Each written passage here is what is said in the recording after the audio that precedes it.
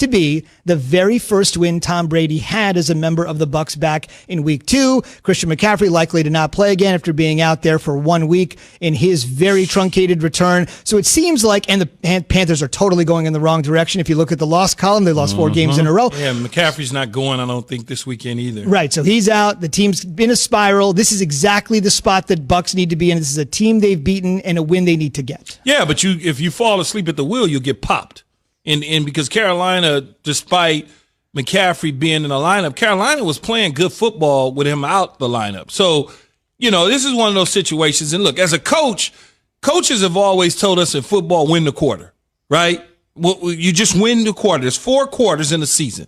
And you win the first quarter, you win the second quarter, you win the third, you win the fourth. You add them up in the end and see where it's at. And that's where the Tampa Bay Buccaneers are.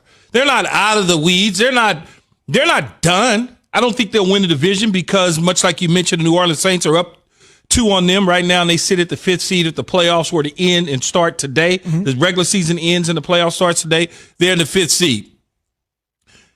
The hype machine started when Tom Brady took over as the quarterback for the Tampa Bay Buccaneers. Everybody assumed that the Bucs were going to roll, Jay. Then they get beat by New Orleans in week 1. Miscommunication. He's learning the system, hasn't been with the guys. Then they go and they win 3 in a row. It's like, okay, then they get popped by Chicago. 4 fingers up, didn't know. He's getting old. He's senile. He doesn't know. 4 quarters again. 4 quarters again, right? then I can't get that picture out of my mind, though, just the 4 holding up. Well, because whatever, things happen in games. Then they go on a 3-game roll. They take care of business in Oakland that was playing pretty good. Las Vegas that was playing pretty good. And everybody goes, oh, yeah, the Bucs, woo! Aaron Rodgers come to town. They just get rid of Aaron Rodgers. They just smack him, backhand him like a little fly. Everybody goes crazy. Right. The Bucs are going to championship. Get your tickets now. First team ever, to play in their own home stadium for the Super Bowl. New Orleans Saints divisional opponent rolls into town. Michael Thomas, Emmanuel Sanders come back. A guy named Taysom Hill. The next thing you know, they kick him real hard in the ribs. It's over.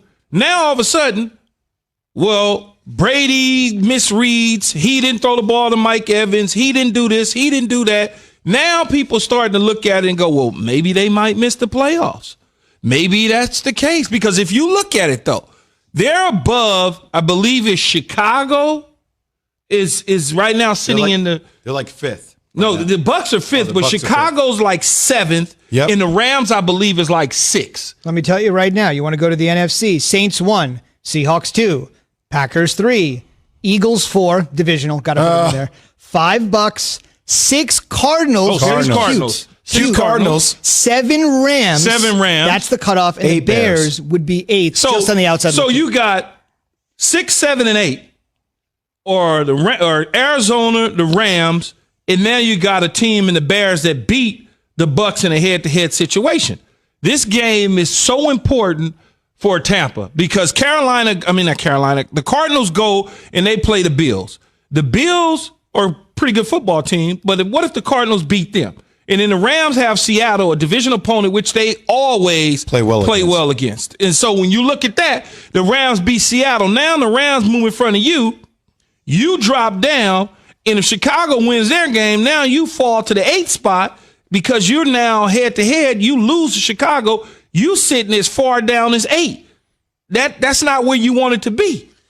Timing is so important in these type of scenarios and who you play at what time. I think this is the perfect game for the Bucs to get back on track. Key also, they only have 4 rushing attempts. Sleep on Carolina. No, I hear you, but Don't just sleep on them. But look, they only have 4 rushing attempts the entire game against the Saints. They were extremely one-dimensional. One of the NFL's all-time low performances. I understand, but when you fall behind, you got to throw. But that's what I'm saying. So now allows you to come out in this game and establish yourself. How many targets are you going to give Mike Evans? How do you get Antonio Brown in the game? How do you get Tom Brady finding that rhythm? I know you say that the Panthers are a team that you can't sleep on. I don't think the Bucs, Tom Brady or Bruce Arians are sleeping on the Panthers, but you have to say if there was an opponent to actually get your legs up underneath you, the timing from that perspective would be against the Panthers. Yeah, you're a better football team, Jay, than the Carolina Panthers. But Carolina, much like you said a week ago, that could be a sleepwalking game for the Kansas City Chiefs. Kansas City woke up in the nick of time to win that football game. So when you look at that, you have to guard against being complacent and just thinking you're going to roll in and roll out of your bed and pop the Carolina Panthers. It just doesn't work that way. I hear you. And so but you're not playing the Rams, right? They play the Rams the next week. Like if you were playing the Rams after playing the Saints, then I would be a little bit worried about the level of that competition. The Panthers, even though I know they did take the Chiefs down to the wire, still, like that's a game that you feel you should win that game.